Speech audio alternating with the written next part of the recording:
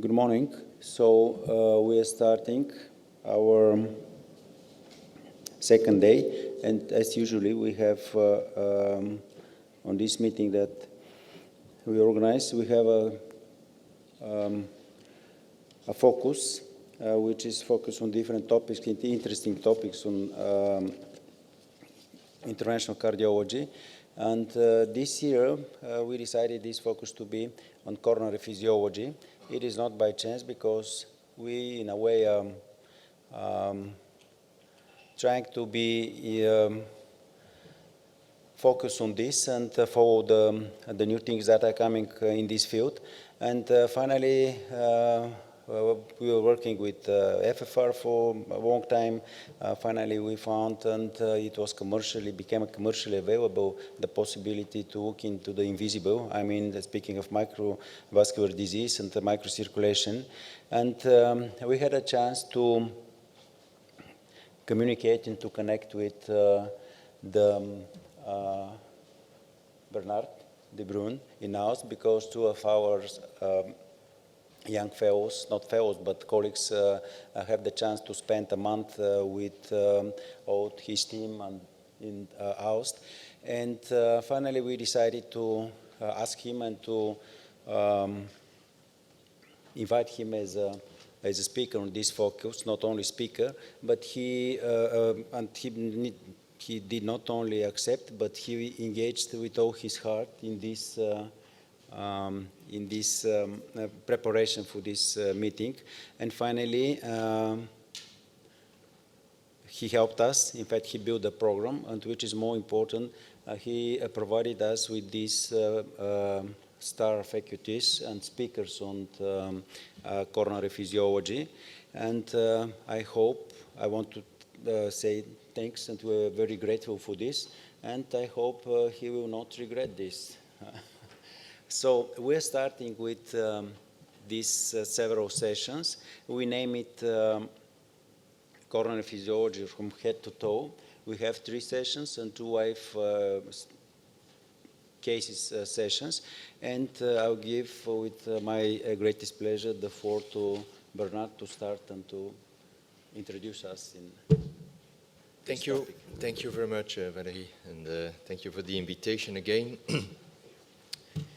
Okay, the slides are there. So I look at the room. We are a relatively small group of aficionados, I suppose, of coronary physiology to be present at 9 o'clock on a Saturday morning. So what I would like to do, I will of course give the presentation and show the slides, but if there are questions, please do not hesitate to interrupt and to put the questions when the slides are on. It's very often easier like this. On the other side, we will free some time at the end of the session to have a kind of discussion, and this will be a second opportunity to put your questions. So during the next 15-20 minutes or so, I would like to go through a number of physiological concepts.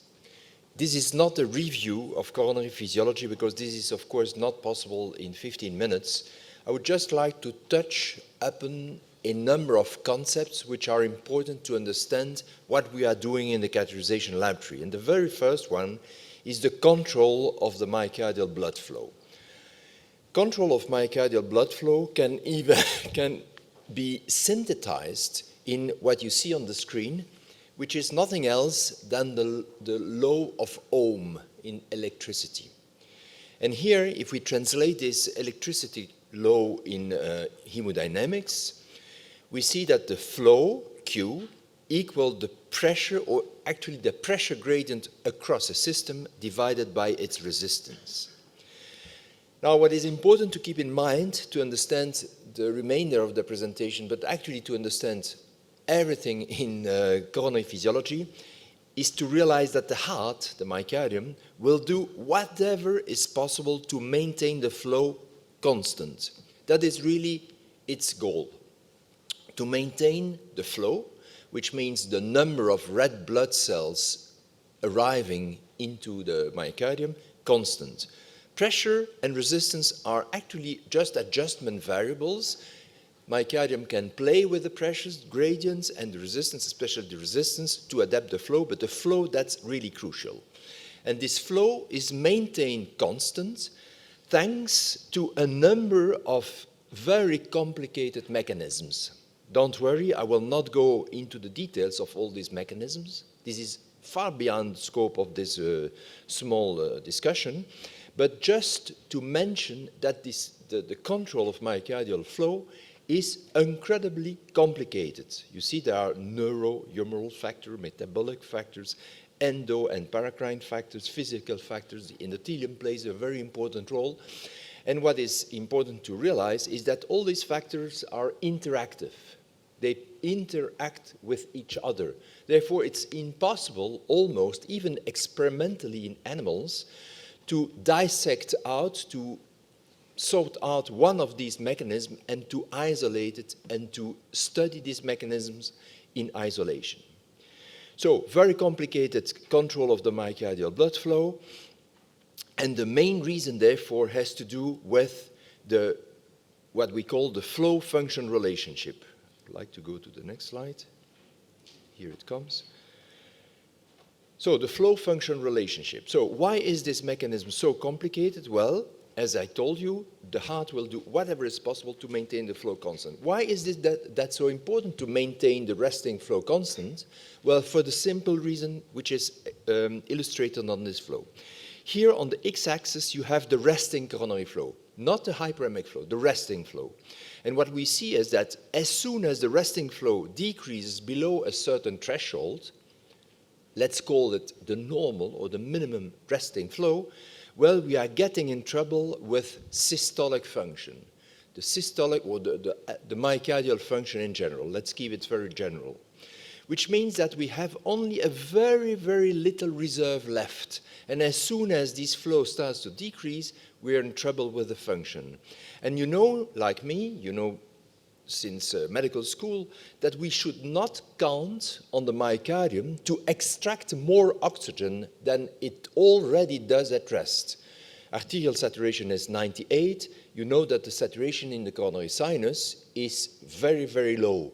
When you take a sample in the coronary sinus, the blood is almost black.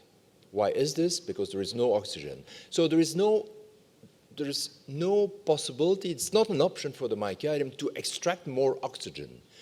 This is an option, for example, in the liver, in the brain, in many other organs. The venous blood, in the kidney, for example, the venous blood, the saturation of the venous blood is, what do you think it is?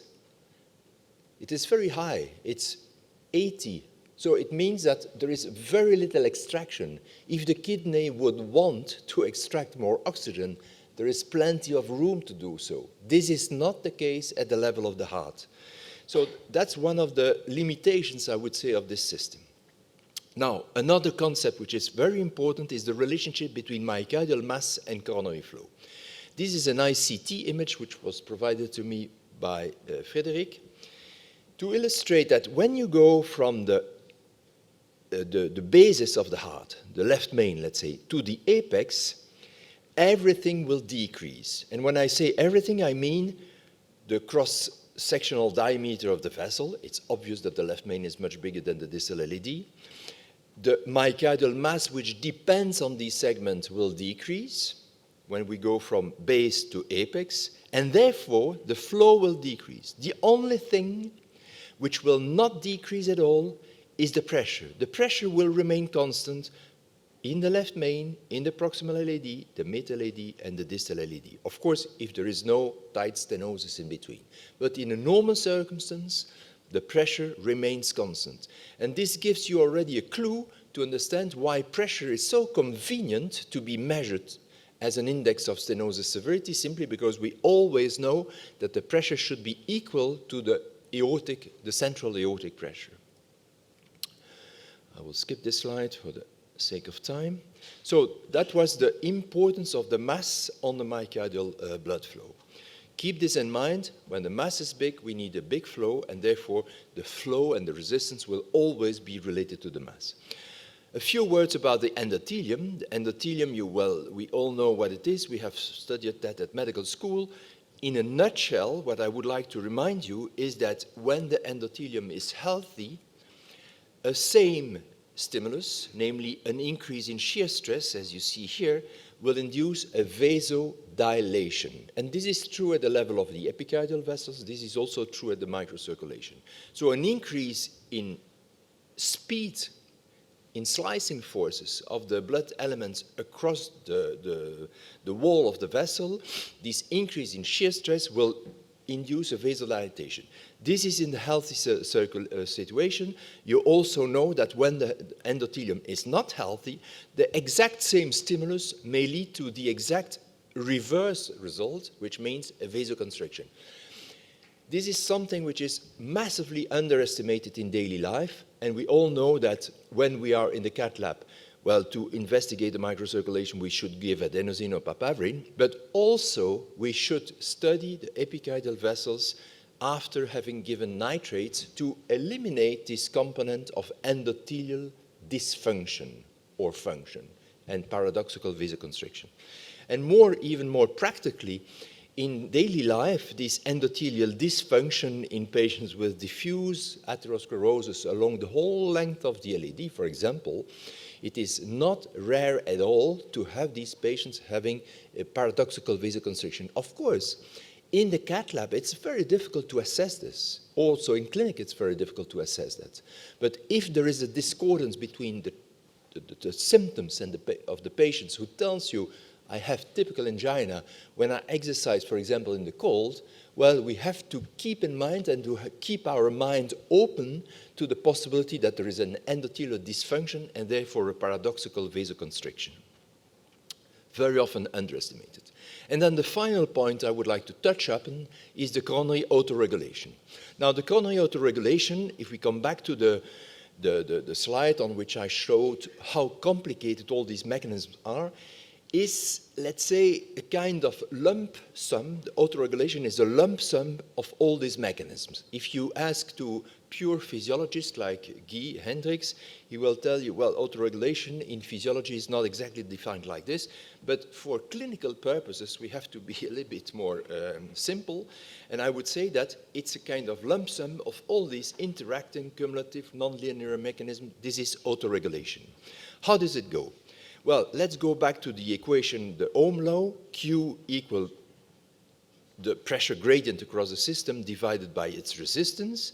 And let's have a very practical look at a coronary circulation. You see the epicardial segment, you see the microcirculation. Ohm law is written like this, Q equal the pressure gradient, which means the pressure gradient across the whole system divided by the resistance. But the resistance, it's a little bit more qualified than just a resistance. The resistance can be subdivided into epicardial resistance, the resistance provided by this segment, and the microvascular resistance. At rest, under normal circumstances, the epicardial resistance is almost zero, very, very, very low. This is the reason in a normal vessel there is no gradient. Okay, we all agree. So in normal circumstances, no epicardial resistance. All the resistance is located in the microcirculation, and this is the organ, this is the compartment which is able to regulate its resistance and therefore the flow. Good.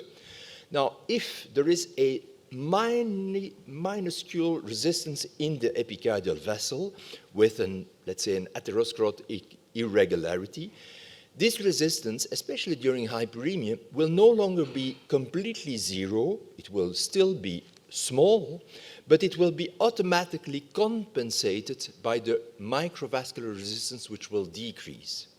And therefore, the sum of the epicardial resistance plus the microvascular resistance will remain constant, and therefore also the flow will remain constant. And when the stenosis in the epicardial vessel increases like this, and like this, and like this, we see that the epicardial resistance will increase and will be automatically and systematically compensated by a proportional drop of the microvascular resistance.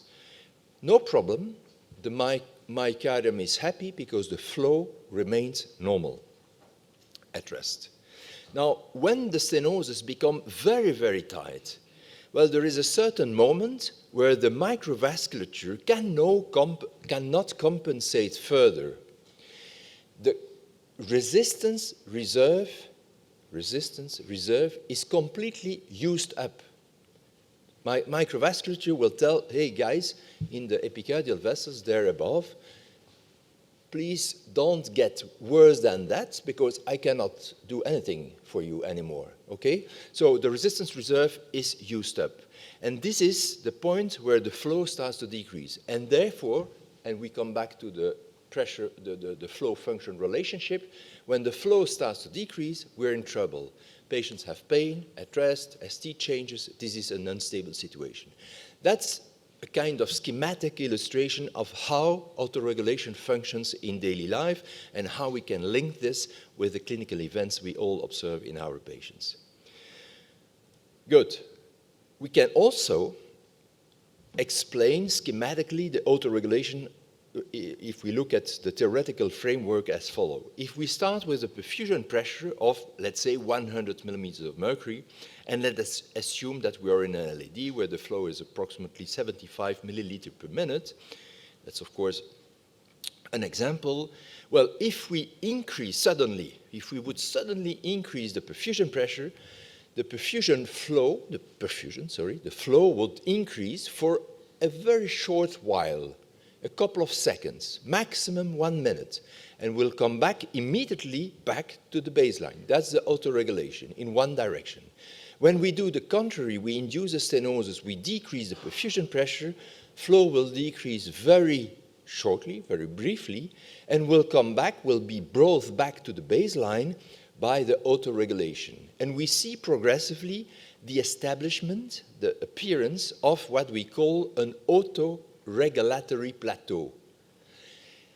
Autoregulatory plateau is a range of pressures over which the flow remains more or less constant, resting flow, okay? That's the autoregulatory plateau. In animals, this autoregulatory plateau has been shown to have a limit, an inferior limit, to 75 millimeters of mercury, approximately. 75 millimeters of mercury. Let's think together.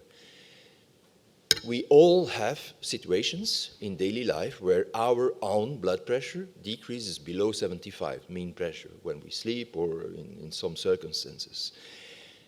This is a very high level, so it is almost impossible that already at this stage in humans the flow would decrease. Well, indeed, we have shown in humans with positron emission tomography that in humans the lower limit of this autoregulatory plateau is around 40-45 millimeters of mercury. What does it mean? It means that our blood pressure at the level of the coronary arteries, the perfusion pressure, can decrease as low as 45 millimeters of mercury before we get in trouble with perfusion and before we get in trouble, therefore, with contractility of the myocardium. That is what it means very practically. And this has been illustrated very nicely in an experiment that Thabo published in the New England recently. And let's just look at this line here, this series of dots. This is only one patient in whom we measured absolute coronary flow in blue here. At rest, the patient was awake on the table. You can discuss what is rest, but okay, that's another question. And we induced a simple inflation of the balloon. And you see that the pressure, the perfusion pressure, the PD, decrease. And nevertheless, despite of this decrease, up to a fractional flow reserve of 0.2, let's say a PDPA ratio of 0.2, so a very low level of pressure, the flow remains absolutely constant. This is the simple, straightforward, in one single patient, of the demonstration of autoregulation in humans. Resting flow remains constant. Of course, during hyperemia, it's a completely different story, but I will not go into the details. But at rest, remember that the flow will remain constant, whatever the perfusion pressure. Good. I think we went across all these mechanisms. I think these mechanisms are really important to understand what we are doing in the cath lab, also to understand the basic principle of fractional flow reserve. And I would like you to remember 3 things. The Ohm's law, print that in your mind, which means that the flow and the resistance are really interrelated. Both of them depend on the mass. If you are working in the left main or you are working in a small distal right, it's a completely different story, okay, in terms of flow and resistance, not in terms of pressure. And then I remember the importance of autoregulation, which makes it possible to maintain our flow constant. I will stop here. I'm already over time. I apologize for this. If there are questions now, maybe we can take these questions. Thank you very much.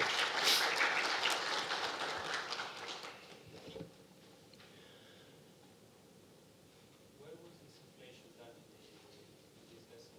Was it an LED measurement? An LED, yes. It's an LED after a stenting, and it was done in the prox to mid LED. Yeah.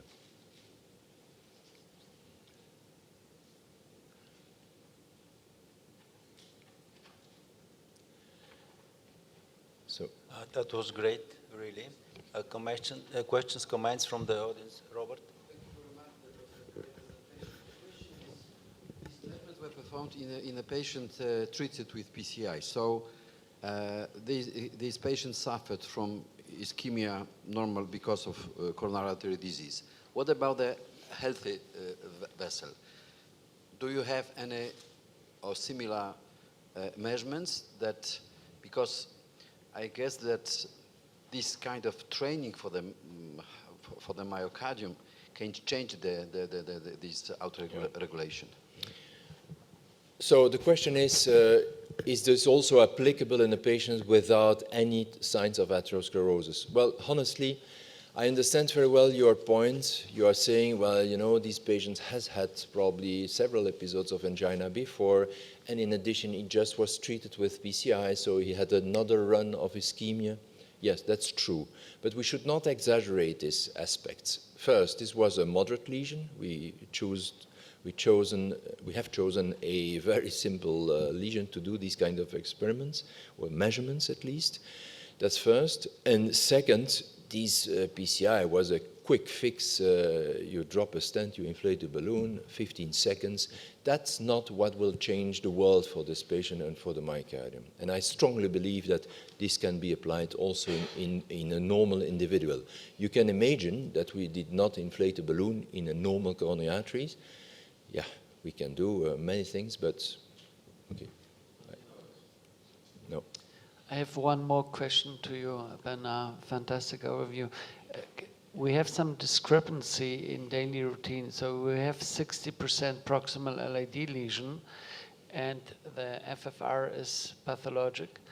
And we have 80–90% lesion in the proximal circ by AngioView, by angiographic estimation, or visual estimation, and their FFR is in the range, normal range. It's just a point of myocardial mass which will be supplied, or there is some other explanation? No, I think there is no other explanation. We should not. Coronary physiology is extremely complex in its control, but we should not make things more complicated than they are already. I think we underestimate the effect of mass massively.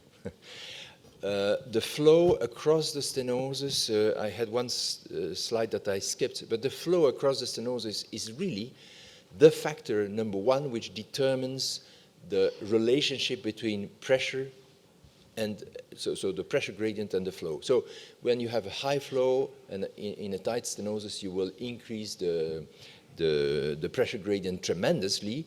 If the stenosis cannot build up such a flow, well, you simply will not have a pressure gradient, and therefore the flow will not be a problem for the patient. So in other words, to answer your question in a nutshell, yes, it's a problem of mass.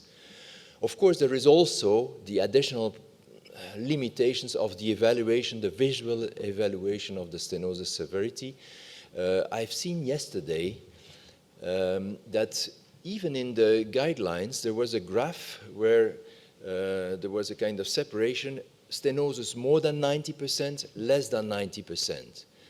This is a term that we all use very often, but this does not exist, a stenosis of 90%. This does not exist in daily life, because when we say 90%, we are thinking 90% diameter stenosis. This is what we mean. Now, if you translate diameter stenosis in area stenosis, which is what counts for the flow and the pressure gradient, it is 99 or 98% stenosis. And this is not compatible with a normal flow. So it's very tricky to use this term that we all use. Oh, that's a 90% stenosis in proximal LAD.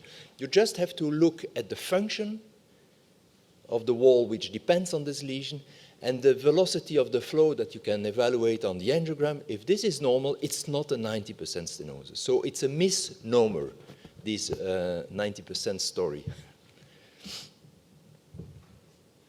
Good. I will stop here. Thanks. Thanks, Bernard. Please take your seat there.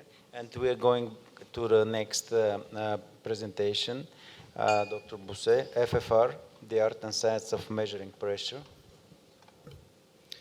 Thank you very much. Dear colleagues, ladies and gentlemen, it's my great privilege to be there at this conference and discuss with you as a way to measure FFR. Those are my conflict of interest. So why are we discussing this? Why are we using physiology? Well, because as it was alluded before in the discussion, we all realize every day that there is a discrepancy between what we see, the way we evaluate the stenosis with our eyes. Bernard just mentioned this. We always say, oh, that's a severe stenosis, that's 90% stenosis. But very often when you do physiology on daily life, you realize that this lesion that looks severe was actually not significant with physiology. And the other one is also true. Sometimes it doesn't look that severe, and you measure and you realize that that has an impact, a significant impact on flow.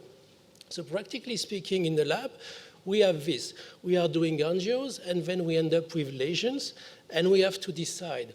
And maybe if I would ask different interventional cardiologists in the room, some would say that those lesions are severe and should be treated. Maybe some of them would say that they are moderate and can be left on medical therapy. So the truth is that we don't know. If we don't use physiology, we don't know what is happening there.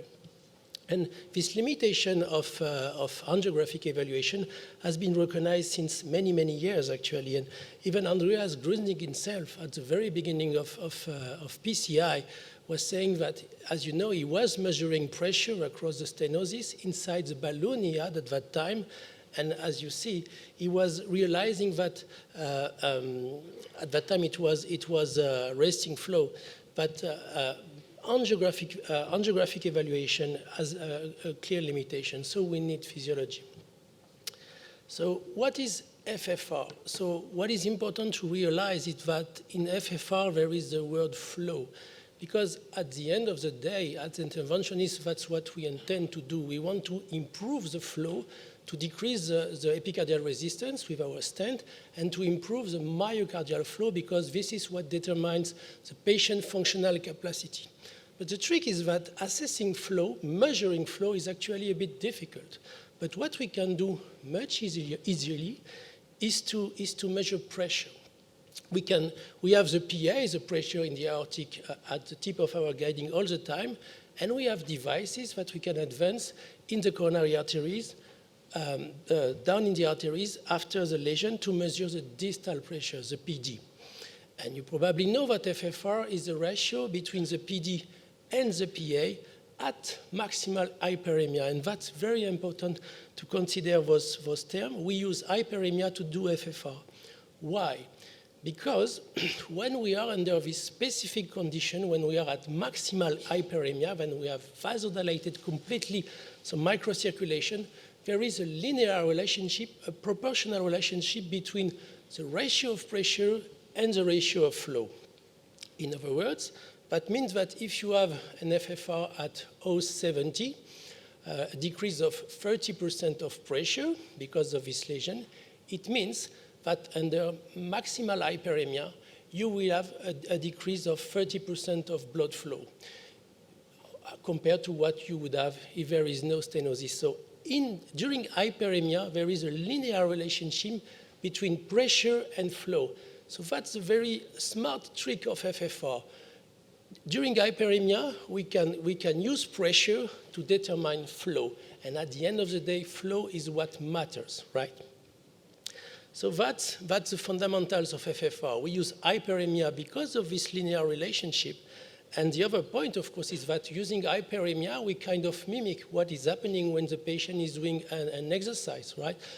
Because when you do actually a functional exercise, a physical activity, what is happening is that you vasodilate your microcirculature to increase your blood flow because your heart needs more oxygen to afford this physical activity that you are doing. So practically speaking, you know this, of course.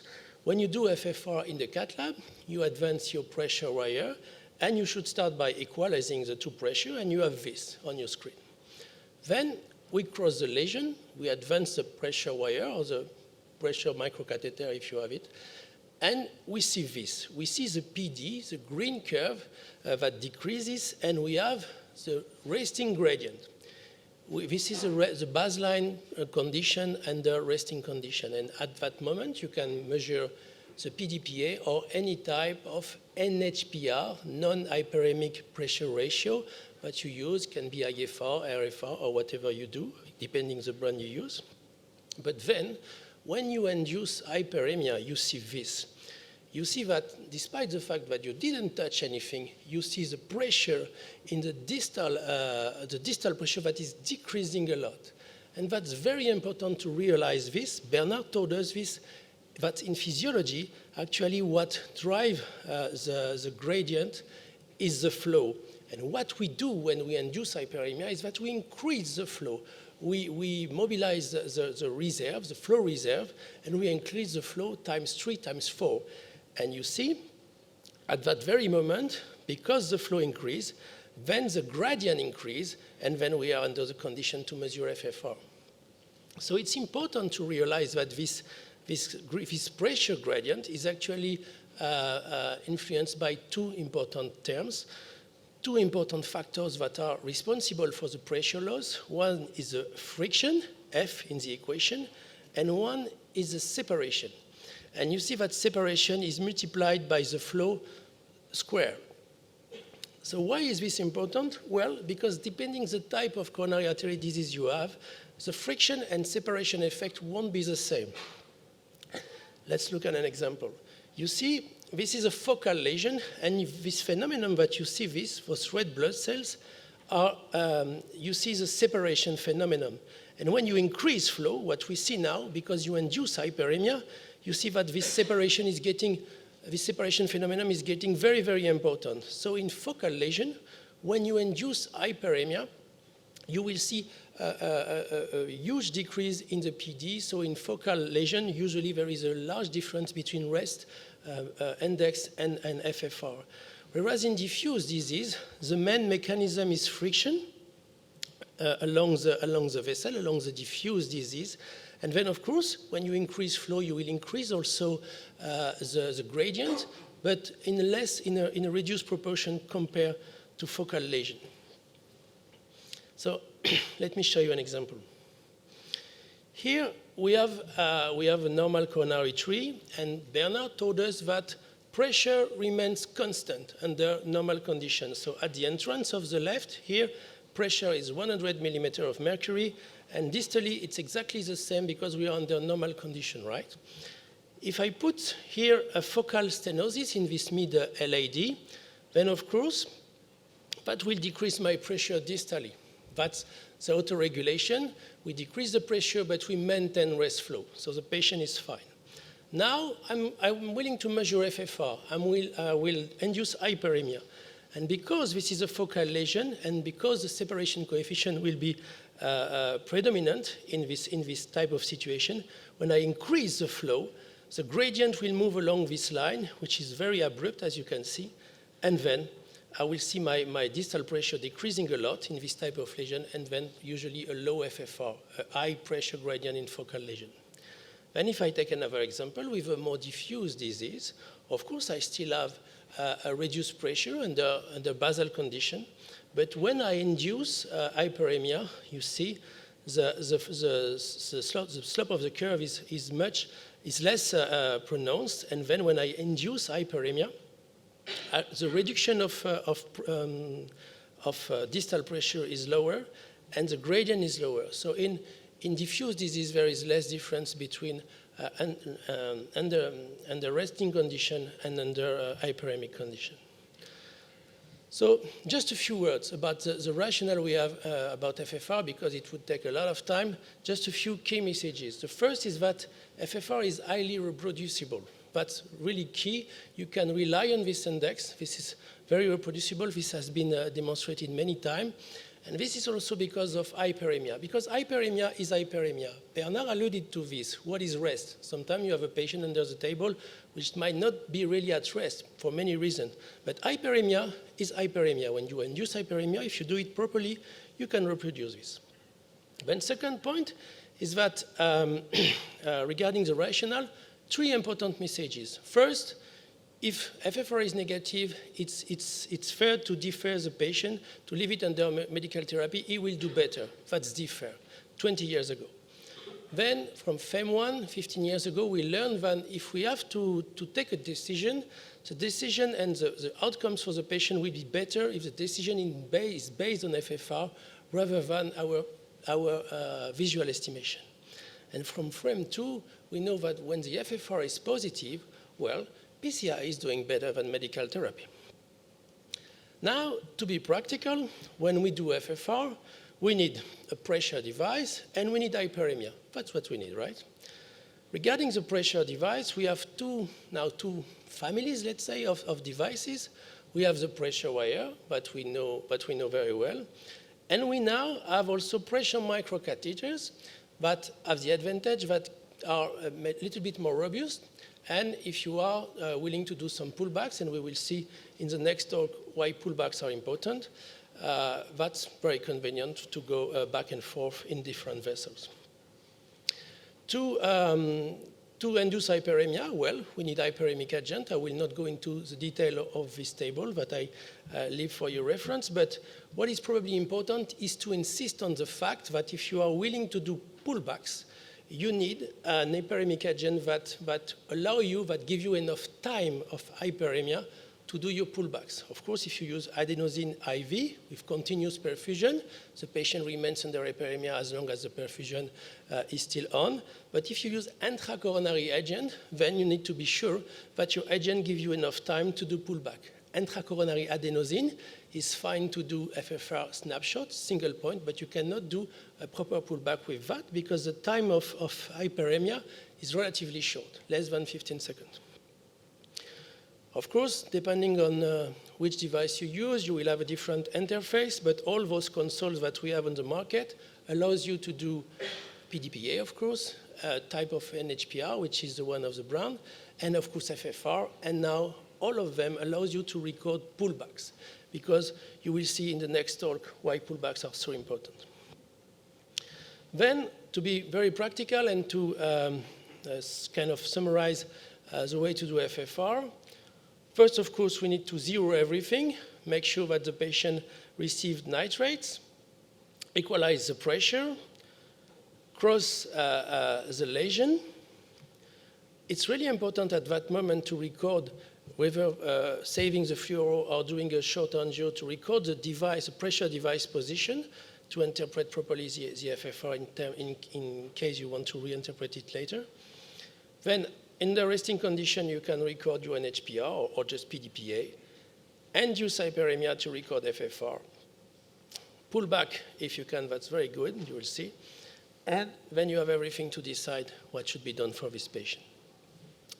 So to summarize, the key elements I think are that, of course, anatomy alone is not enough. That's why we need physiology to take a proper decision for those patients. This will lead to better outcomes for the patient, and this is supported by a very good literature behind. Thank you very much.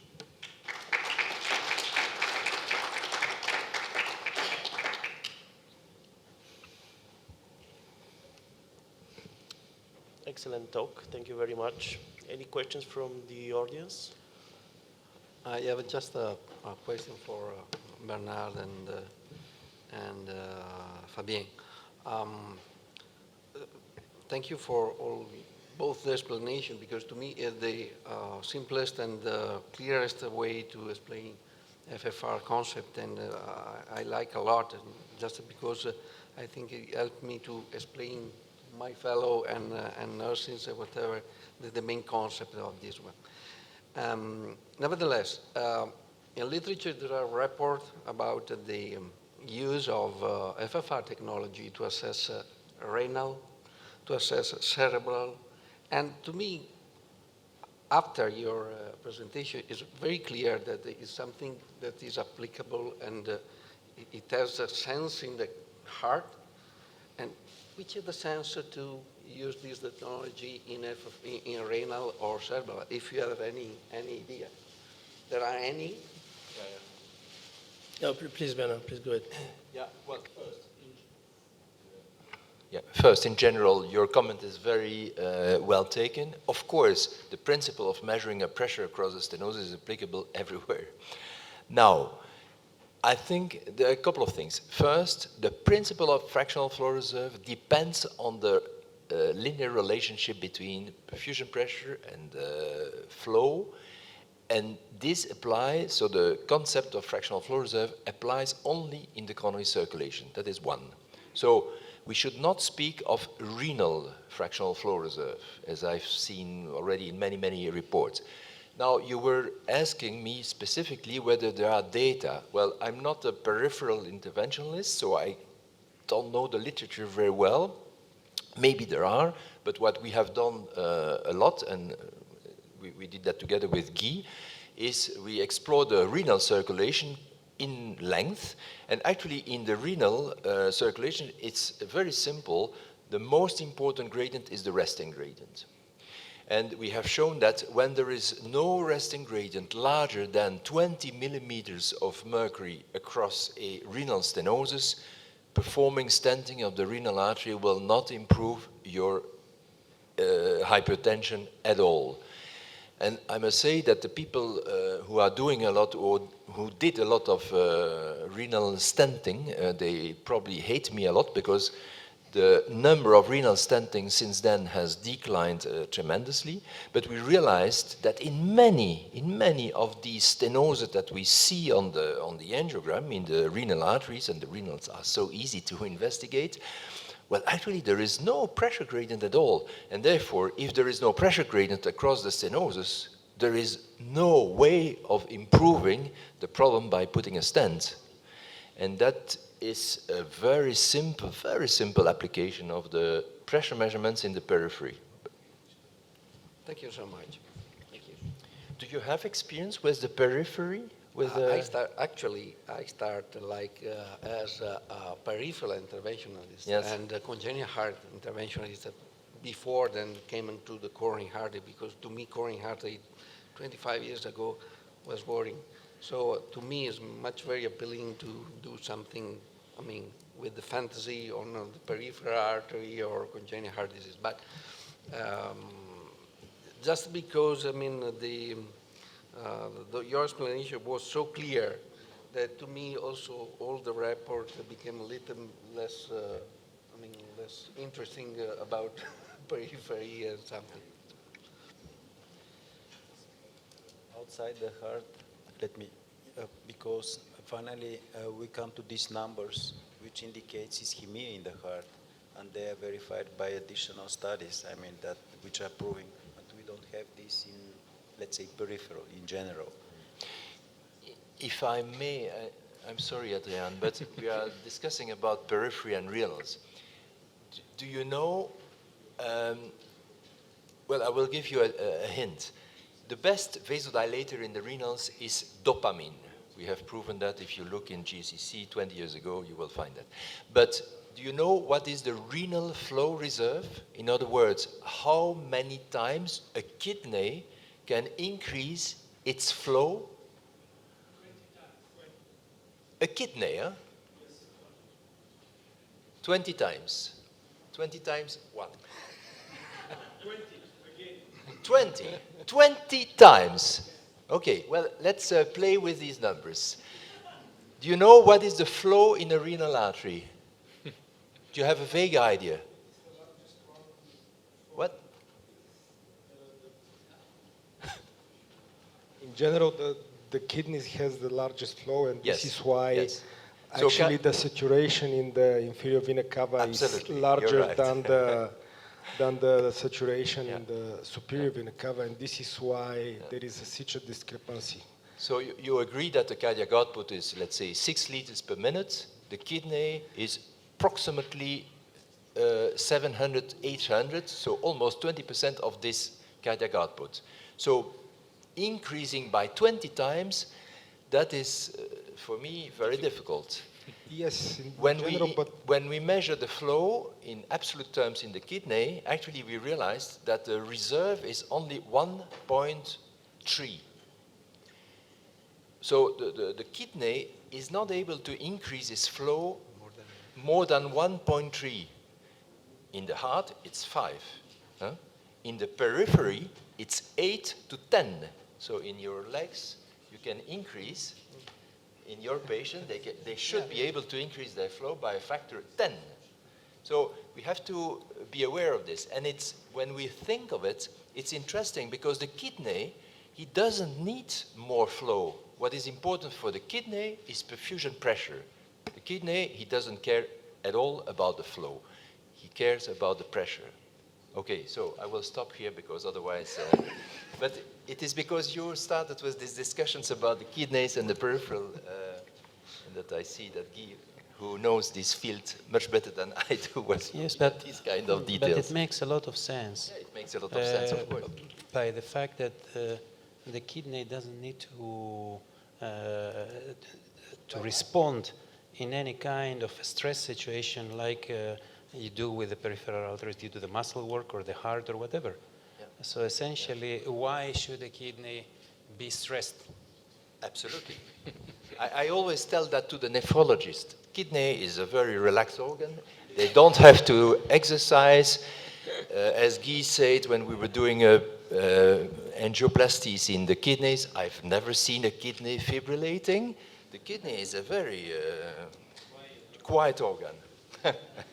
So, I'm sorry, I hope there are no nephrologists in the room.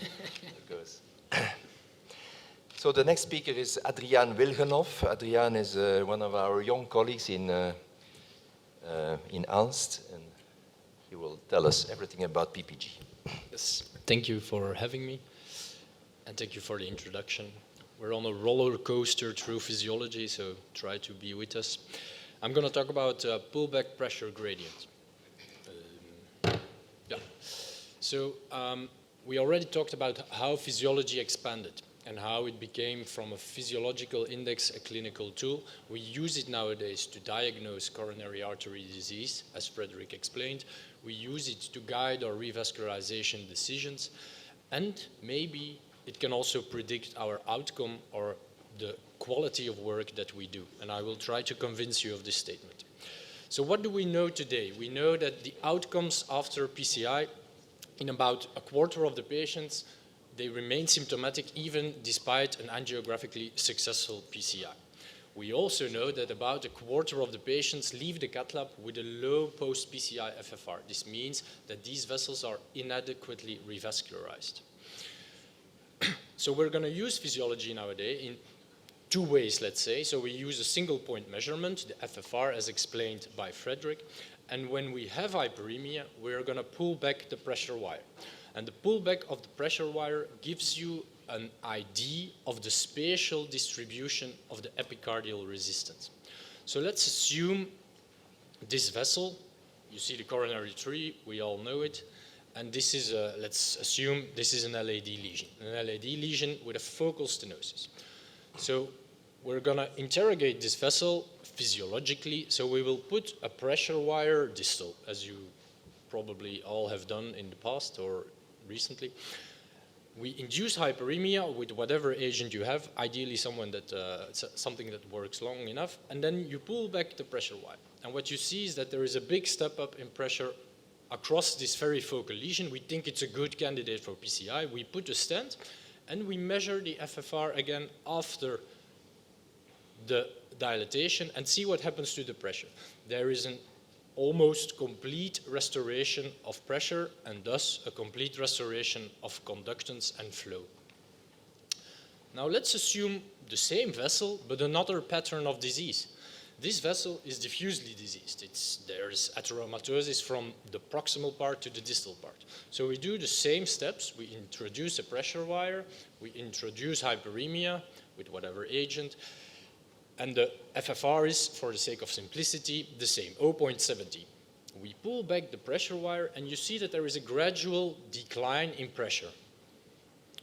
This is called diffusely, but nevertheless we think a PCI is the best option. We take a big 48 stent, we put a 48 stent, we measure the FFR again, and look what happens.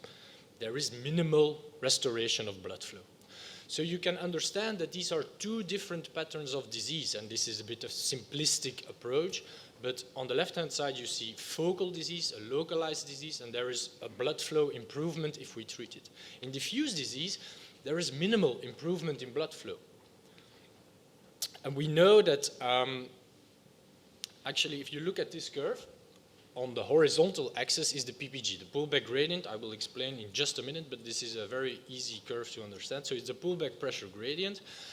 And on the vertical axis, you see the change in FFR. And what we know from previous data is that we're very good in treating focal disease. If you look on the right-hand side, these are very focal lesions, and the blood flow improvement, or the delta FFR, is very high. On the low-hand side of the curve, you see in diffuse disease that the improvement is very low. So in focal disease, we can improve the blood flow very well. We also know from the Orbita trial that in focal disease, if we treat focal disease, it's more likely that the ischemia on a stress echo is going to change, it's going to decrease. Whereas in diffuse disease, there isn't really a lot of change. And furthermore, we know that in diffuse disease, almost half of these patients remain symptomatic. So you can understand that if we minimally increase the blood flow in diffuse disease, that there isn't going to change a lot of blood flow and thus not really any symptomatic change. So the problem is, how do you detect diffuse disease? I showed you very simplistic figures, but in real life it's always more complex than this. And so the problem is that there is no standardized criteria. It relies on visual coronary angiography assessment, and there is a low inter-observer reproducibility. So there is an unmet clinical need to define this diffuse disease, and that's why our group developed the pullback pressure gradient.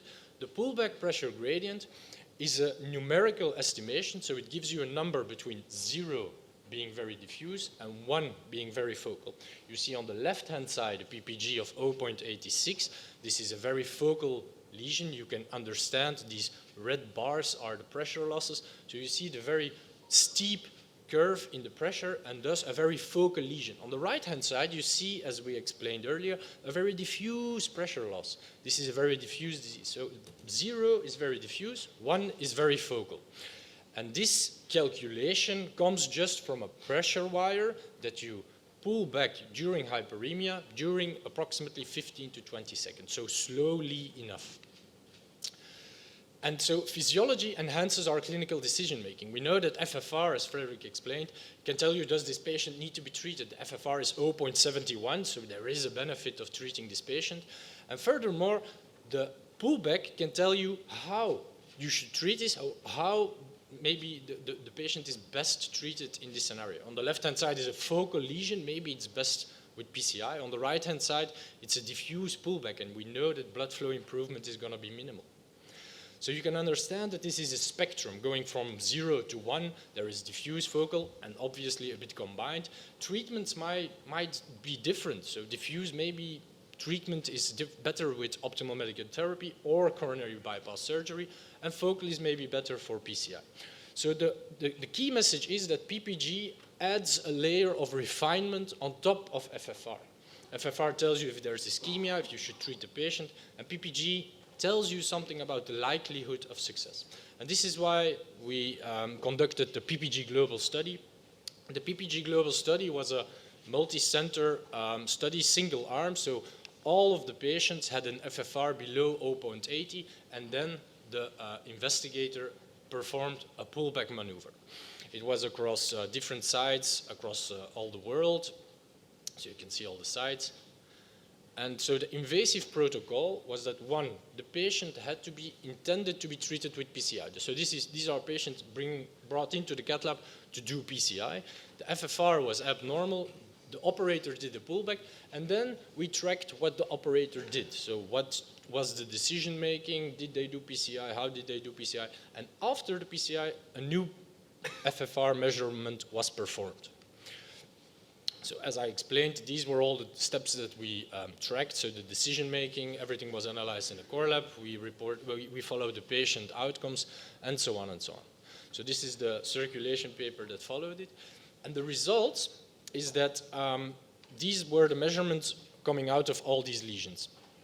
And so it's about 1,000 vessels, and these were all the PPG values. So we divided them in two groups to compare them.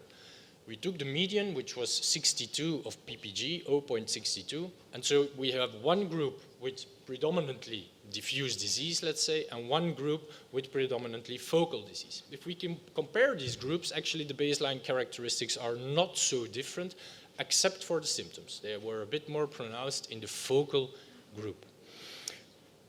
And if we look at the measurements, so these are all the FFR measurements in these patients, you can already appreciate that the FFR is lower in focal lesions. And this is a bit the friction and separation that Frederick was talking about.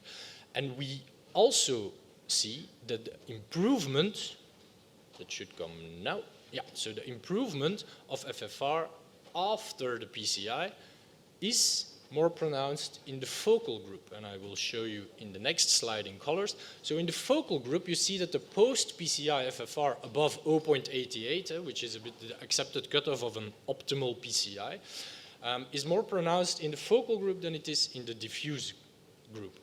Furthermore, PPG can predict your post-PCI FFR with an area under the curve of 0.82, which is quite good to predict that the FFR after PCI will be good. We also tracked the decision making. So what we saw is that all these patients had an abnormal FFR. There was the focal group, and then there was the diffuse group. And what was striking is that in the diffuse group, nevertheless, these patients were brought into the cath lab to do a PCI. We saw that around in a quarter of these patients, the operator decided not to do PCI because he saw the very diffuse curve, he saw the low PPG value, and he decided not to do the PCI, but defer the patient to optimal medical treatment or CABG. And we saw in the focal group that this number was very small, only 4%, and the majority went on to have their PCI done. The other patients in the diffuse group obviously just got the PCI for which they came in the cath lab in the first place.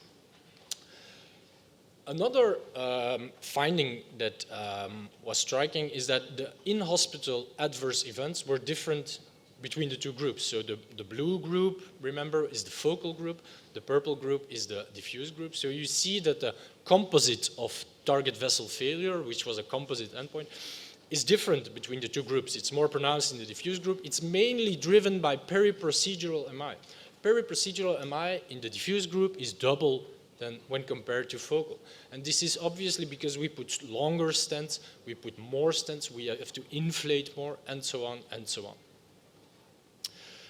Furthermore, we also saw that there is a difference in plaque characteristics. We already knew this from the P3 trial, where we saw that in high PPG, which means focal disease, there is a more pronounced, there are more features of vulnerable plaque. So there's more lipid-rich plaques and more TICFA in the focal lesions. So these lesions are more risky, let's say.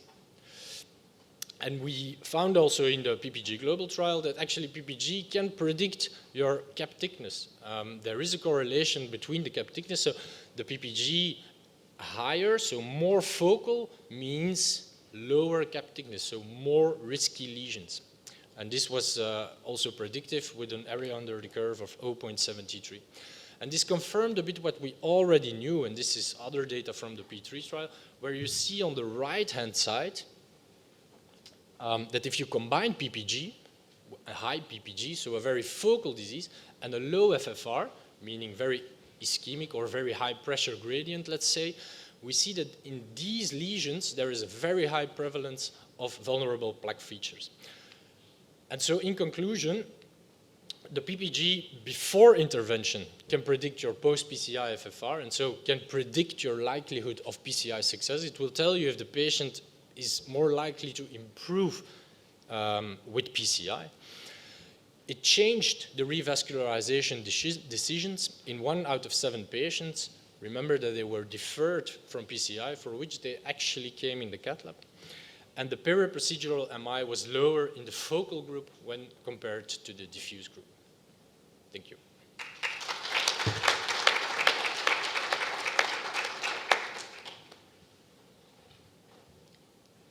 Any questions?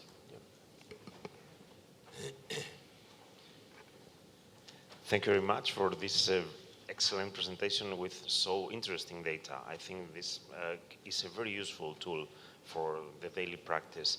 One question I always keep in mind, this gradient, this is influenced by the pullback speed you do with the wire. Yes, so in the early days we used to do the pullbacks with motorized systems. This was a Volcano, actually the IVUS pullback system, to standardize the pullback speed. We afterwards realized that this was not very practical in daily practice, also because we lost a lot of devices because the nurses just threw it in the bin. But we knew that we actually understood that this was not very practical, so then we investigated if manual pullbacks gave the same results. And actually the results were quite comparable, with one understanding is that the pullback has to be slowly enough.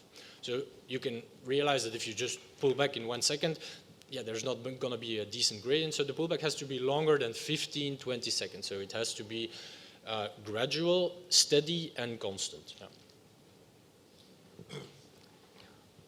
Do you think that your results explain the results from Defined Flow 5 years, which was published a few days ago? Because there, actually, the patient, the FFR has a clear advantage in survival against the non-hyperemic indexes, and probably non-hyperemic indexes, the patient who were randomized to non-hyperemic strategy for PCI guidance had a higher mortality and higher cardiac mortality, and that is because probably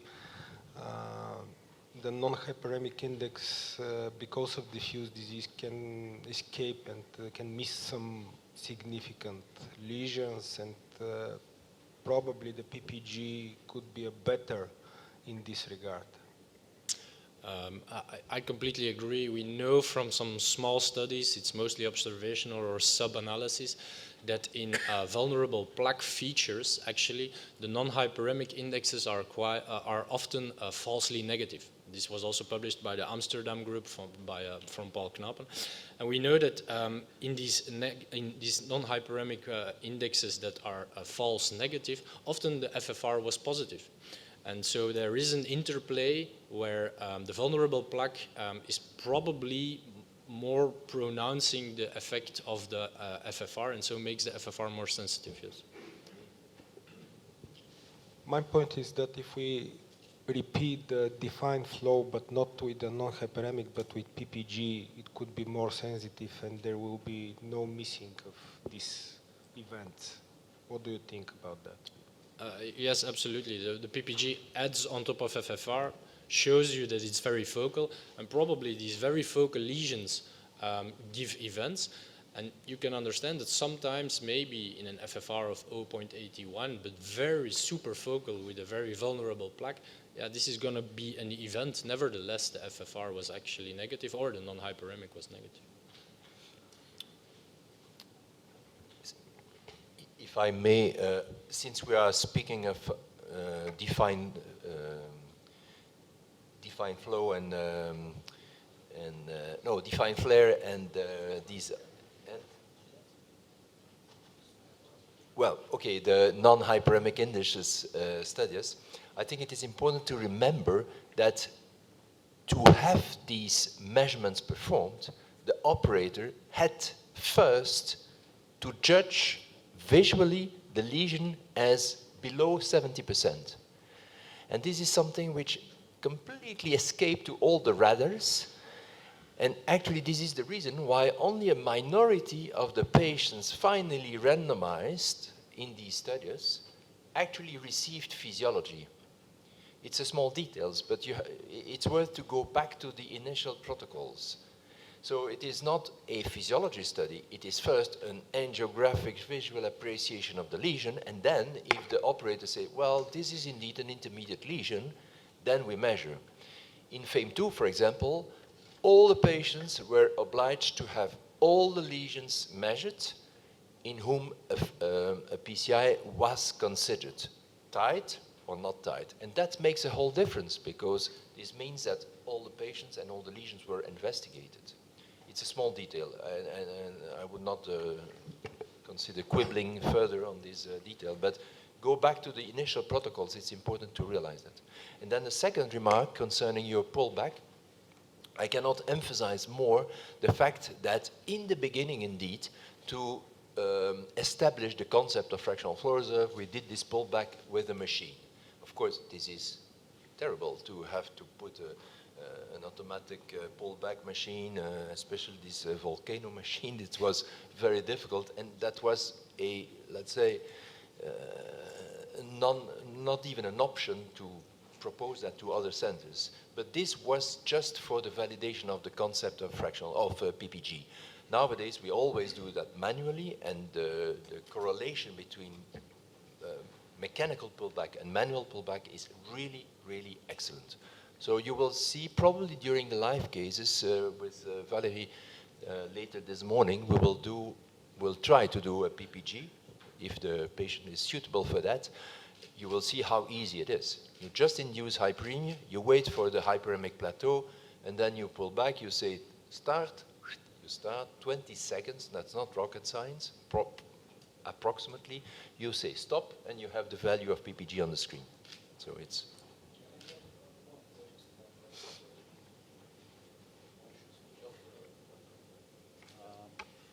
Yes, we know that if you have a diffuse disease, probably revascularization intervention is not that beneficial for the patient. Do we have data if this is the same for operation, for example, operative revascularization for these patients? Yeah.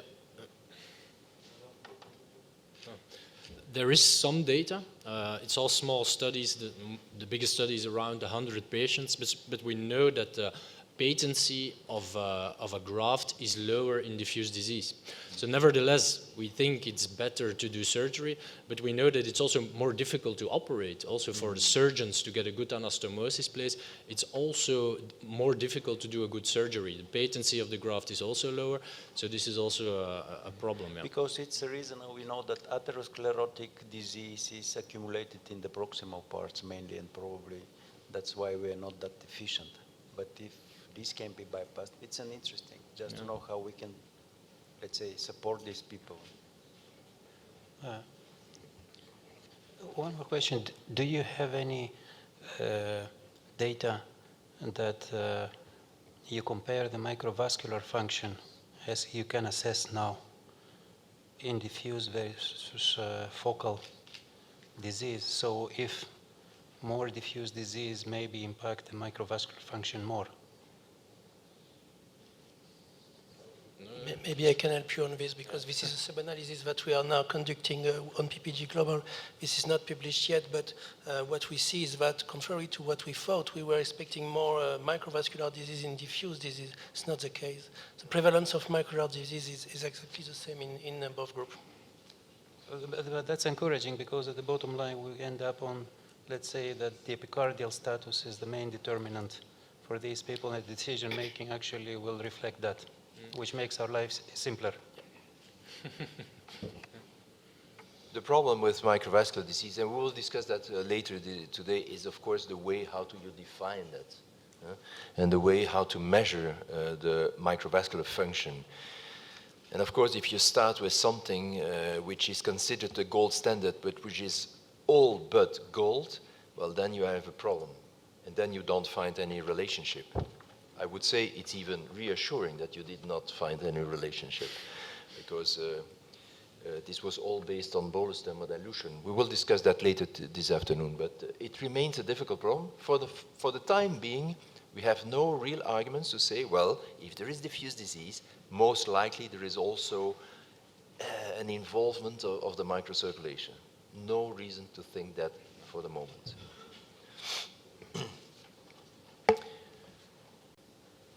Okay, Frédéric, I think you are the next speaker. Sorry to take the word here, but you will tell us what the guidelines think about that. Thank you very much.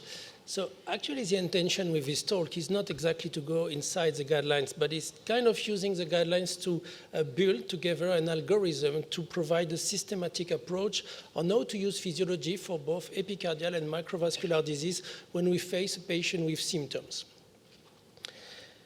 So as I was saying, indeed, in this following slide, we will see how to systematically approach the patient based on what we have seen on physiology, epicardial physiology, but also microvascular physiology.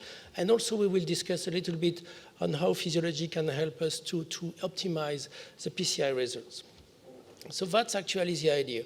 First, we start by where is the problem? Is it microvascular disease or is it epicardial? If it's epicardial, let's try to a little bit more segregate if it's diffuse or focal, then treat the patient and then make sure that we did a good job. So everything actually starts with a patient coming to the lab with symptoms. The patient should be symptomatic. Then we have different scenarios. First, we do an angiogram, and there is, practically speaking, no disease or very minor epicardial disease. Second, there is disease, actually, and we are willing to know with physiology if this disease is relevant in terms of blood flow impact. And then we have a situation where there is a very, very tight stenosis. We learned from Bernard that it's actually quite rare and most likely unstable patient, and this is a different scenario. But we will focus on scenario 1 and 2. First, let's consider a patient having symptoms and a normal angiogram. Then we will go to the microvascular, what we call the microvascular pathway. Then it's important to realize that everything should start with either CFR, coronary flow reserve, or even better, MRR, microvascular resistance reserve. This will be discussed this afternoon.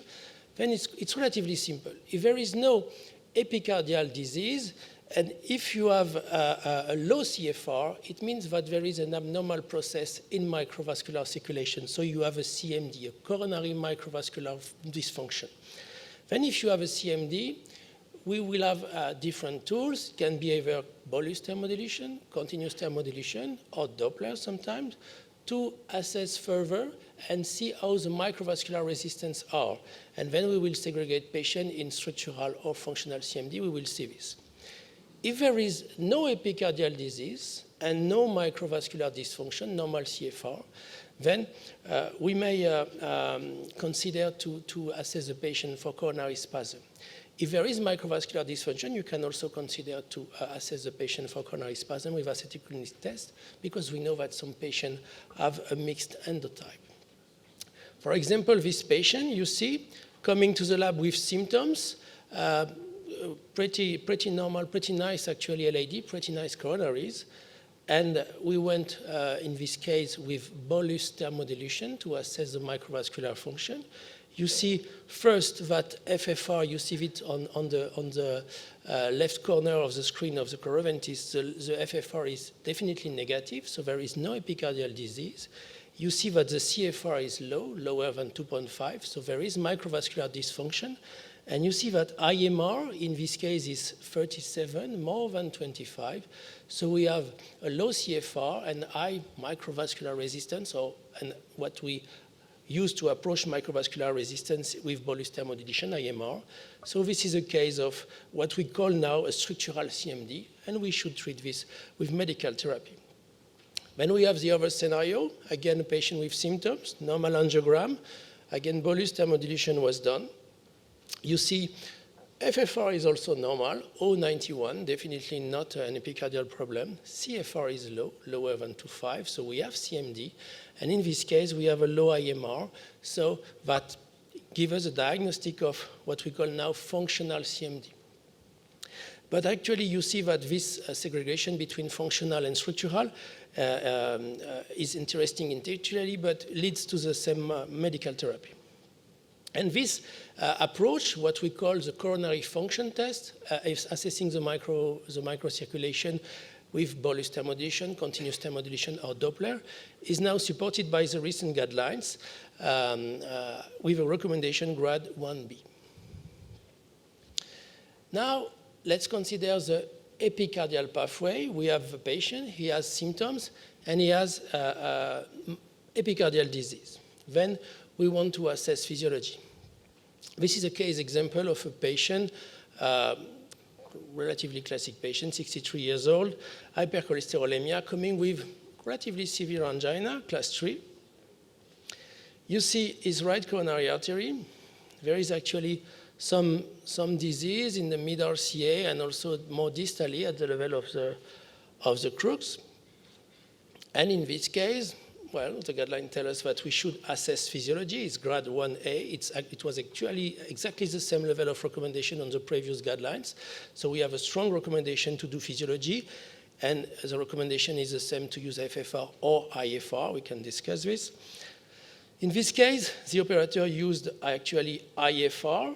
IFR, you see, distally was very positive, 0.52, so no question. There is ischemia there that can explain patient symptoms. And on the pullback that you can see on the screen, we see actually two clear drops. One is very distal and one is more proximal.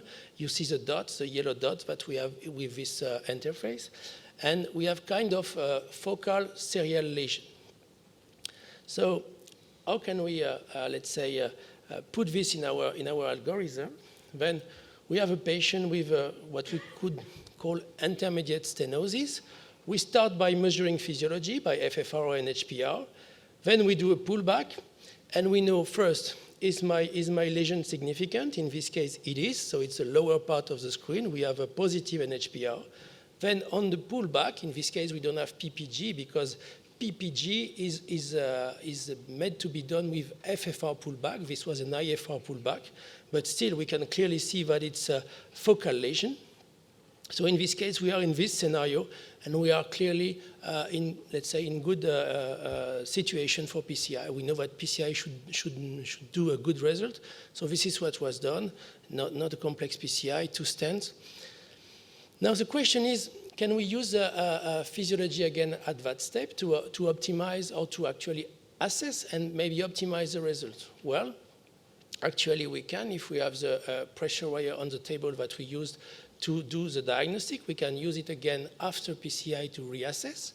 And we can do actually the same process. First, look at the distal value of FFR or NHPR and do a pullback. If there is no drop, we are done. But sometimes, actually, when you do a pullback after your PCI, you realize that first, the distal value is not so good, and second, that you actually left a pressure drop in the coronary artery that you are treating, and this pressure drop can be either in the stent, suggesting that the stent needs further optimization. This happens sometimes in calcified lesion. We realize that there is a drop because the stent is underexpanded. So we need further post-dilatation, or a drop outside of the stent, meaning that there is a lesion that we did not thought it was significant visually, but actually it is, and especially because you treat the other lesion, you change the flow, and because of the crosstalk, this lesion is becoming now significant, creating a significant pressure drop, and you can consider to complete your PCI with another stent.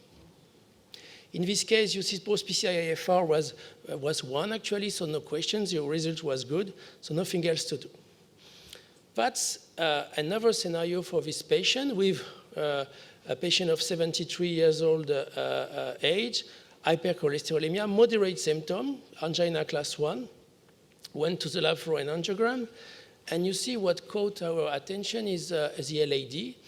There is definitely some disease in this LAD that looks a bit diffuse visually, but with physiology, we realized that this lesion was significant on both the NHPR, in this case RFR, and FFR. You see FFR is clearly positive, 0.68. But looking at the pullback, you see that actually there is no clear focal drop, and the PPG is relatively low. So this patient with moderate symptom, diffuse disease, not clear target, either angiographically or even functionally, we decide to leave this patient on medical therapy, at least in first intention.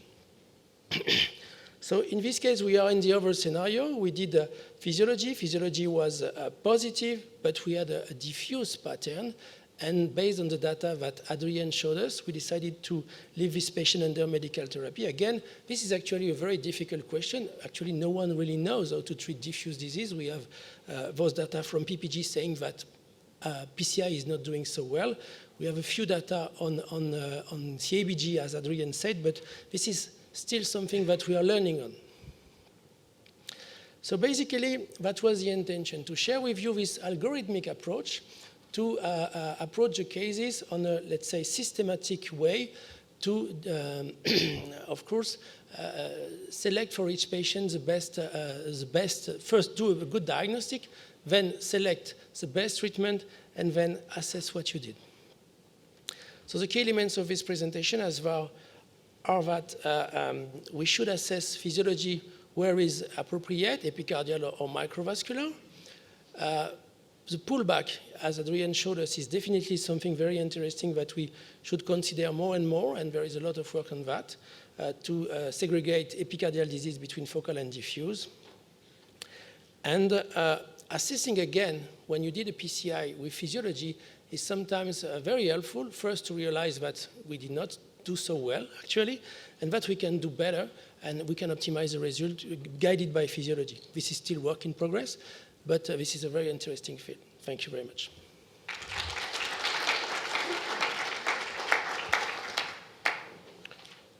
Any questions from the audience? Just one question there. We have time for 2 short questions because we have to go to the satellite symposium. Yeah, thank you. There is practically, you recommend to use FFR post-stenting, right? Yeah, well, actually, this is, as I was saying, this is work in progress, but still, we see in data like target FFR, for example, that very often, probably in 30% of cases, we realize that the FFR is still suboptimal. Why I'm asking you, because so I'm probably using in 20%, 10 to 20% drug-coated balloons, 80-90% stents, but I know colleagues vice versa. They use usually drug-coated balloons even for complex lesions. And do you recommend to perform FFR control after drug-coated balloons? And what will be the threshold? That's a very good question. That's a very good comment and very good question. So the data we have on post-PCI FFR mainly relies on data in PCI with stents. So actually, we don't know. We don't have clear data on that. But actually, I would do it because actually the philosophy is not only to see if how much is the what is the value of post-PCI FFR. The philosophy is more and more to move from a value to the gradient. If we left a gradient, we know that focal gradient is probably linked to, as he said, adverse plaque characteristic, risk of plaque rupture, and probably more event in the future. So I don't have data to support this, but I would do it anyway. Maybe we can expect a little bit less optimal post-PCI FFR compared to stent, but I would chase focal gradient post-PCI. I think that banalizing, when you left a gradient wherever, in the valvular stenosis or in an iliac artery, you get to improve you create the a condition success, so too, it's yeah. very banal. I mean, the point of the diffuse disease, always the great concern now, of course we know that the outcomes are not optimal, but leaving a permanent prosthesis in the coronaries is a big step back. If we say that we can improve even, not completely, but somehow a little bit more by a procedure that it doesn't leave anything at to the patient might be an appealing concept. Because at the bottom line, it's not that we have zero positive value. We have some, which is not in the very optimal way of what we would be expecting for an intervention. But if you can improve, I think, an FFR, even in suboptimal level, without paying a big cost, then it is in the right way, I think, and maybe we will have more data in the future in that way. Yeah, but I think this is probably a discussion patient per patient. If you have a patient with very moderate symptoms, you try medical therapy, is doing fine, that's okay. But you have a patient coming and coming again, okay, he has diffuse disease, but you want to do something because he has very, disabling angina, and for sure, I think it's fair to try. May I think all the speakers in this session have emphasized that hyperemia is hyperemia, so a more predictable condition than baseline. That can be at different points. That's why I'd like to make the most of this occasion to ask you if you agree that maybe the indices that depend only on hyperemia for the assessment of microvascular function, like resistance, are maybe more reliable than those indices, like CFR, that require a comparison with baseline conditions. For instance, in a case you find increased resistance, but normal or normal CFR, that you tend to adjudicate it as microvascular function, or maybe the opposite condition, normal resistant, but decreased CFR. That I tend to believe that maybe the patient was nervous and the baseline conditions were already too near to the hyperemic conditions, and that's the reason actually why the CFR was. Would you agree with that interpretation? That's a very good point. Indeed, when we do CFR, we compare basal, we do the ratio with resting free flow in resting condition and hyperemia, and as you were saying, resting conditions sometimes it's difficult to appreciate. So first, I don't know, maybe Bernard will complete my answer, but what I would say is that when I do a microvascular coronary function testing, I always give to the patient some anxiolytics. I always try to do my very best to make them in very quiet condition, quiet atmosphere in the cath lab, low level of lumen, just to try to get really, as much as possible, rest condition. Then I would be very cautious, especially with IMR, to look only on IMR, IIMR and normal CFR, because more and more we realize that this is also related to the size of the vessels. You can get an higher resistance because you have small vessels. So I don't know, Bernard, what you think about that, but maybe on absolute resistance we can rely on them but I would be very cautious with the other indexes. Yeah, a full answer is really too long and goes beyond the answer to your question now. We will discuss that later during the program. But to make a long story short, you alluded to that, we are more and more, let's say, believing that it's fair to say that someone has microvascular disease if both the flow reserve is decreased and the resistance is increased. So both terms should be taken in conjunction, which means when you do a bolus thermodilution, it's IMR plus coronary flow reserve. When you do continuous thermodilution, and again, we will explain that later during the program, it is MRR, microvascular resistance reserve, and absolute resistance. But both should be taken in conjunction to put to make the diagnosis, to put a diagnosis on a patient. Yes, you have microvascular disease, just on a value of coronary flow reserve, which is reduced, is dangerous in my opinion. It's overshoot, over-diagnosis. And that's one of the reasons I think that CMD is overhyped a bit nowadays, because it's overdiagnosed. I think we have there is one question there in the back, if I'm correct. Could you run with the microphone, or could you shout, speak loud? And you prefer the microphone.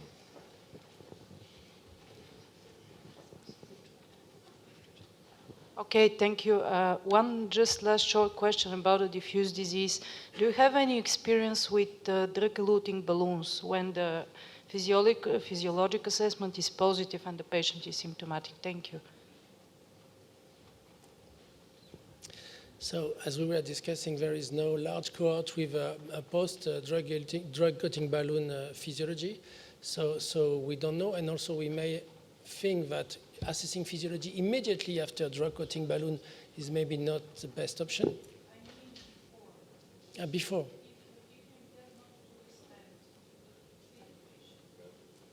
No. I mean, no, we don't have those data now.